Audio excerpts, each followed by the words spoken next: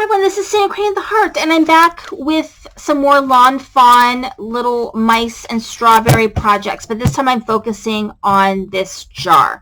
So I'm using the new Gotta Have Gingham Rainbow 6x6 Petite Paper Pack from Lawn Fawn. I love this. You get two styles of sort of gingham. You get like a plaid, I don't know. It's like a straight up, and then you've got a diagonal kind of gingham. So two different kinds. And then I also, of course, used the strawberry add-on. These strawberries fit in the jar. And then I used this Berry Special stamp set. Of course, I have the dies. And then I didn't actually use this one, but okay. So here is this one. So I use that cute paper, and I just, I inked very lightly at the top. And so then I've got this is pulling up, I need to stick it down. So a little scallop border here, and then I've got my jar, and I've got my strawberries, and my lid here, and my label, and I think it's just a cute little scene. And then this one I did a shaker, because I bought this one. This is the shaker add-on, so I have that. And so it does make a shaker very easy.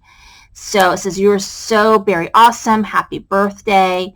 And then I had colored a few of the strawberry products, the Berry Special, in this like lighter pink color. So I just kind of try to match it up with the paper so it would kind of flow. And then it's a cute little shaker. So I love that. It's adorable. So my little shaker. And then this one I did yellow, which was just so happy. And it just says "very sweet" on the label. And I just think it's adorable. It says "You're so very awesome." And I love this yellow gingham. And then this one it says "You are special, have a happy birthday." And then I sort of pieced together a bunch of grass. So it's kind of like my vision was that this jar fell into like some deep grass, and the mice have they gathered up these strawberries and started made their own little pick your own batch, berry patch. And there they are right here, and a little bee. So really fun products to play with and easy to color.